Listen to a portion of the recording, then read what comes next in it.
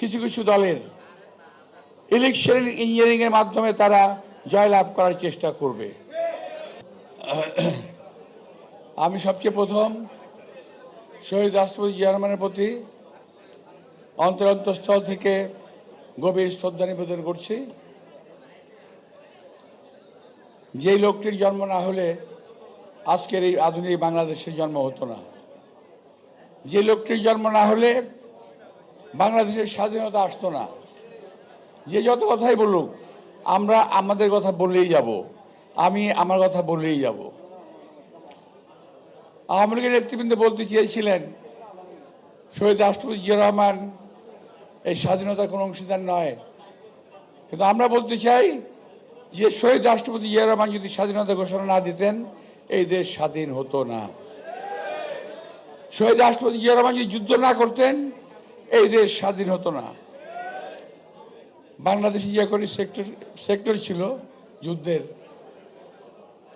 প্রত্যেকটা sector office, sector কমান্ডারের office ছিল ভারতের ভিতরে অভ্যন্তরে। একমাত্র শহীদ রাষ্ট্রপতি জিয়া রহমানের সেক্টর ছিল সিলেটে, আমাদের বাংলাদেশের অভ্যন্তরে, এবং সেখান থেকে তিনি যুদ্ধ করেছেন। উনি শুধু সেক্টর কমান্ডারে ছিলেন না, উনি স্বয়ং যুদ্ধ করেছেন অস্ত্র হাতে।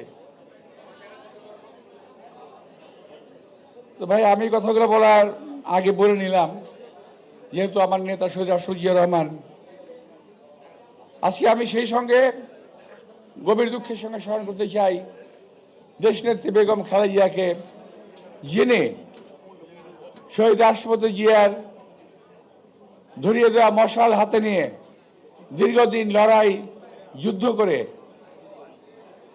জীবনের ঝুঁকি নিয়ে এই দেশটাকে রক্ষা করেছেন, এদেশের গণতন্ত্রকে রক্ষার জন্য যুদ্ধ করেছেন।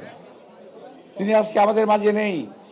40 বছরের ব্যবধানে, 40 কি 41, আমার হিসাবে একটু ভুল হতে পারে, ব্যবধানে বাংলাদেশ দুইজন মহান রাষ্ট্রনায়ককে হারালো। আবার ফেরত কেউ আসবে কিনা জানি না, কবে আসবে তা আমরা জানি না, বলতে পারবো না। বাংলাদেশ একটা যখনই ক্রান্তি লগ্নে ছিল পড়েছে, তখনই প্রয়োজন পড়েছিল শহীদ রাষ্ট্রপতি জিয়া রহমানের, তখনই প্রয়োজন পড়েছিল দেশনেত্রী বেগম খালেদা জিয়ার। আজকে আমরা আরেকটি ক্রান্তি লগ্ন অতিক্রম করছি। প্রিয় ভাইরা, এই ক্রান্তি লগ্ন আমরা আমাদের দেশের, আমাদের বর্তমান চেয়ারম্যান তারেক রহমানের নেতৃত্বে আমরা এই ক্রান্তি লগ্ন পার করতে চাই এবং আমাদের পার করতে হবে। আমি আজকে, আমার নেতৃবৃন্দ এখানে আছেন, আমি ওনাদের কাছে একটি অভিযোগ বলবো না, আমি আমার একটা আশঙ্কার কথা ব্যক্ত করছি, যেটা আমি শুনেছি এবং আমি বুঝতে পারছি। আমি আশা করি এই ব্যাপারে ওনারা ব্যবস্থা নেবেন। আমি সকলের সামনেই বলছি কথাটা।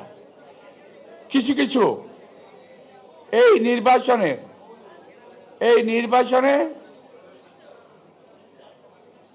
কিছু কিছু সিট, কিছু কিছু দলের ইলেকশন ইঞ্জিনিয়ারিং এর মাধ্যমে তারা জয়লাভ করার চেষ্টা করবে, নিয়েই যাবে জোরজবরদস্তি করে।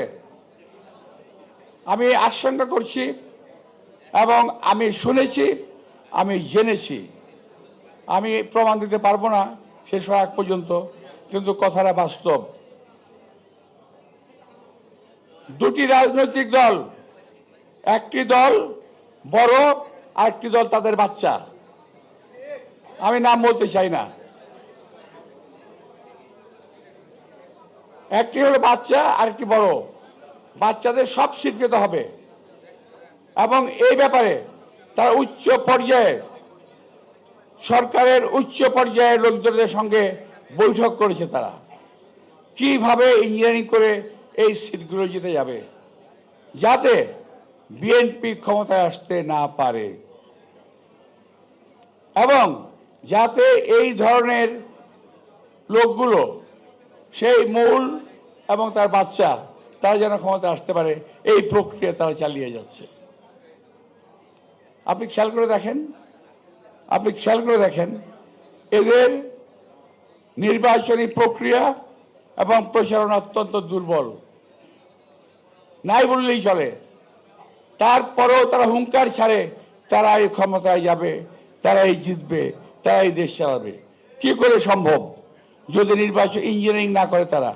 আমি মনে করি আমার দল এবং দেশবাসী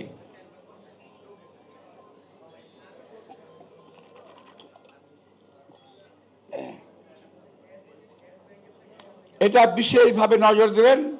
আমাদের নেতা এবং কর্মীরা বিশেষভাবে নজর দেবেন কোন রকম ইঞ্জিনিয়ারিং করতে যেন না পারে।